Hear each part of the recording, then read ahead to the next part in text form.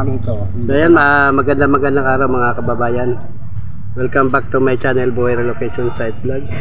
Panibagong araw, panibagong vlog na naman tayo mga kababayan. Kung kayo po ay bago pa lang sa akin channel, please subscribe, like, and share Buhay Relocation Site Vlog.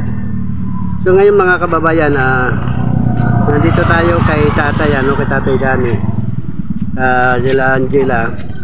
Kung kayo ay napapanood nyo lagi yung vlog ko, si Ate Angela yung nag-aaral na sinusuportahan ng United OFW Charity Group.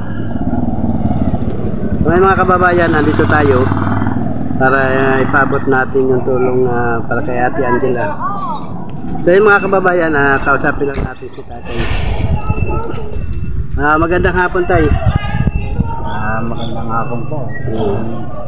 Ngayon po talagang Kamusta na kayo tayo? ayos naman. Ayos lang. Nagkalpangan, nakakalap naman. Kaya lang nakakaramdaman din. Kaya mapanaan naman sa bahay. May sakit kayo? Oo, namamahal-stroke ako. Hindi pwede ako talagang magbabatay talaga. Tay, tanong ko lang na si Ate Angela ba ay nandyan ngayon? Si Ate Angela nandyan ngayon? Wala. Wala ngayon si Angelo baka bukas pa ng tanghali. So ayun mga kababayan, si Ate Angela mula noong Biyernes pa ay hindi pa umuwi Nag-aari muna sa susunod daw kasi ang exam daw nila baby tsaka Biyernes. So ngayon mga kababayan, kasi meron tayong ibibigay kay Ate Angela ng allowance niya. So wala pala siya ngayon. Mula nung Biyernes, wala pa si Ate Angela, hindi umuwi hanggang Merkulis na. Pero nag-chat bukas daw kasi mayroon siyang exam. So ngayon mga kababayan, yun nga, ang si Tatay Danny nag-alala nga sa kanyang anak. Kasi hindi niya alam na kung bakit ang dahilan na hindi umuwi. So ngayon ang ginawa namin kanina ni Tatay, pinuntahan namin yung kanyang kaibigan, Tinanong namin kung kasi pupuntahan dapat namin sa kanyang pinapasukan. Kailangan sabi doon ng kanyang kaibigan, nag-chat yata sa teacher. Online na lang daw siya dahil online classes siya. Pagkayari bukas sigurado exam siya. So yun nga po mga kababayan, kasi kagustuhan din niya na magtrabaho para kumita kahit kunti. Nag-online classes siya, So ngayon bukas exam nila Huwebes. Uwi siya bukas kasi exam. So ang problema lang natin mga kababayan, siyempre si Tatay Rosas si Tatay Danny ay hindi na makapagtrabaho. Wala na, malabong na mata ko.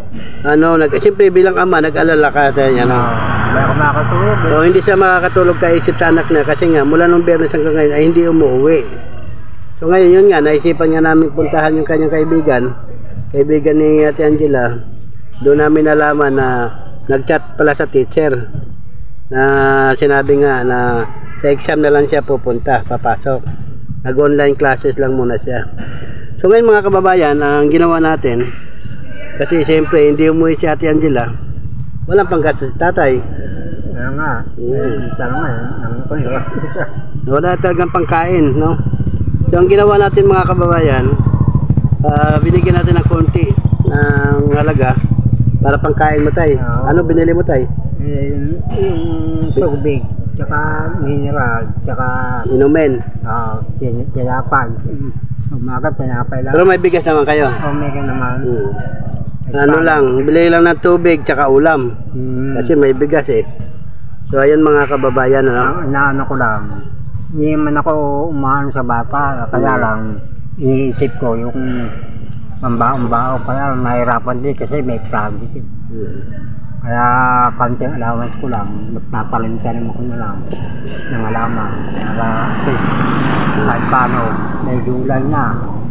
Bili mo na, minsan gulay. Basta may bigas, walang problema. So yun nga, mga kababayan, sa ngayon, may pera kasi si Ate Angela. So ngayon hindi natin maibigay kasi wala siya dito. Pero nagbigay tayo kay tatay ng panggastos ni tatay. Kasi alam nyo mga kababayan, umaasa lang din niya si tatay sa kinikita ng anak mo. Hindi ka nakakonti yan. Ha? 200. Pangkain lang. Ganun. 200. Bibili siya ng bigas. Oh. Kasi kahit paano, tigitig lang. Minsan naman, kaya-kaya ko yung hawa-hawa ng trabaho, nakakapag-extra, kaya lang talagang hindi na sasabara. Ano, malabo na ang mata ko. Malabo na. So, ayun mga kababayan, ano, kaya mga kababayan ay ginawa natin itong video na ito para malaman din ninyo na siyempre baka alam nyo na hindi pa naibigay yung pera. Siyempre wala pa akong vlog kasi nga wala si Ate Angela rito. Umalis po yun ng Biyernes ng hapon tayo, ano? Biyernes ng hapon, ngayon Merkulis na. Hindi pa umuwi kasi nga nagtatrabaho. Ang ginagawa ni Ate Angela para may panggastos, nag-online classes na lang siya. Pero bukas, Huwebes, ay pupunta sa school para mag-exam. Kasi exam na tayo, exam na nila ang kanina eh. Sabi nila, Huwebes, Biyernes. Oo. Si dalawang araw papasok siya. Tapos babalik na naman siya. Malala kung natawagan siya. Kapag natawagan lang. Pero mga kababayan, kung tanong namin ni tatay, kung hindi makakauwi si Ate Angela, pupuntahan natin. Oo. Kanina, kaya lang nag-chat. Nag-chat ka sa kaibigan niya na bukas ang ulat. Hindi ka lang nasabihan tayo, ano? Doon ako nasabihan. So ayun mga kababayan, bilang magulang, naisip din ni tatay na siyempre anak niya yun, bakit hindi na uwi? So hindi naman siya na-update, wala naman siyang cellphone. Kanina nga ginawa namin ng ano para malaman namin, naghanap kami ng kaibigan. Doon nag-chat si Angela na alam daw yan ng teacher na hindi siya makapasok mula Lunes hanggang Miyerkules kasi nagtrabaho siya. Ano tay? Nag-online lang. Nag-online classes lang siya. So ngayon, bukas ang uwi niya para mag-exam. Ayun nang inaano na, para nakiharimunan din sa Ate Angela. Nakiharimunan kasi sa silbi niya eh. Kahit paano, kailangan na kasi may project, maraming binabayaran. Kaya nag-aaral siya na titipid yung konting allowance niya, binabandit niya. Mahirap kasi yung isang kailan wala, doon pa naghanap. Kaya nag-iipon din kahit paano. So, ayan mga kababayan, gusto ko lang din naman na ma-update kayo. Ayan, para malaman nyo rin kung bakit hindi ko pa nabigay hanggang yung pera ni Ate Angela. Pero sa ngayon, si tatay binigyan natin ng konti lang panggastos kasi sabi ni tatay wala siyang panggastos. So ayan, ngayon kung ano man po ang maging bukas, kasi bukas babalik ulit ako. Bukas ng gabi baka umuwi na dito tayo. Baka bukas maga, dito umaga na. Hindi pagka exam bukas dito uwi yun. Mga alas 3 na, alas 4. Alas 4. Hindi tira kasi nag-text pa like siya pala bukas.